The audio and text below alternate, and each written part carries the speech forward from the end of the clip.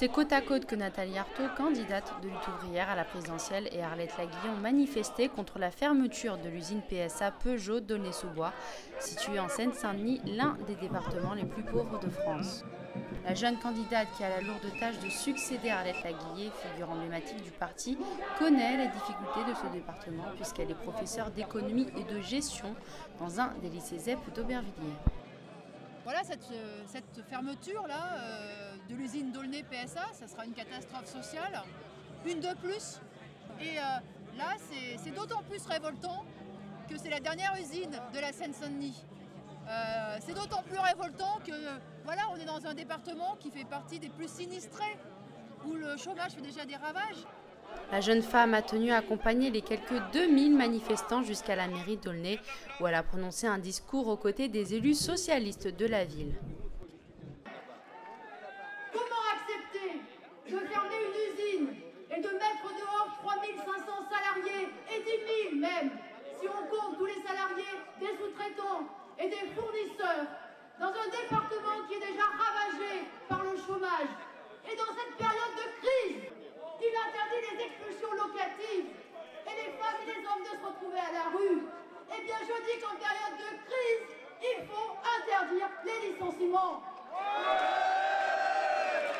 Nathalie, président, Nathalie. Malgré les 1% d'intention de vote, la jeune femme garde le sourire et mène sa campagne sereinement. Oh ben pour l'instant, ça se passe bien. Et puis, en plus, ce soir, je vais à un banquet, donc non, ce sera un bon samedi. Le soir même, la candidate accueille ses militants pour un dîner à Bobigny. Quelques centaines de personnes étaient présentes pour la soutenir. Des militants persuadés que seule l'ancienne porte-parole de la lutte ouvrière peut succéder à Arlette Laguiller. Comme avant, pourquoi Arlette Laguiller? Parce que c'est la seule qui a des idées comme ça, qui les présente et qui dit la vérité et qui n'a pas les prétentions des autres. Elle est dans le parti depuis longtemps, elle a été militante et maintenant voilà, c'est à son tour d'assumer la responsabilité. Ce banquet était aussi l'occasion pour la communiste de donner un discours anticapitaliste et dénoncer la diabolisation des travailleurs étrangers qui devraient avoir les mêmes droits que les Français. Nous pouvons compter sur nos frères, les travailleurs immigrés.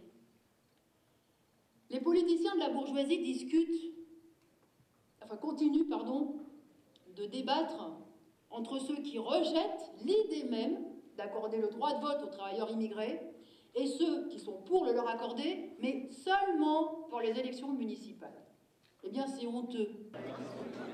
Celle qu'on appelle la petite candidate estime ne pas avoir les mêmes chances que les autres candidats pour mener sa campagne. L'obstacle principal pour nous, c'est effectivement l'accès aux médias. Dans les grands médias, effectivement, c'est extrêmement difficile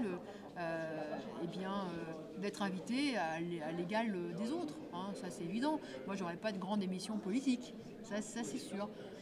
Je pense que la plus grande émission politique que je veux avoir, ce sera peut-être celle que j'ai faite il y a 15 jours, mots croisés, ou peut-être chez Ruquier. Même si on est très loin des résultats du premier tour de l'élection présidentielle de 2002, qui avait vu Arlette Laguiller atteindre 5,7%, les militants continueront leur campagne jusqu'au bout.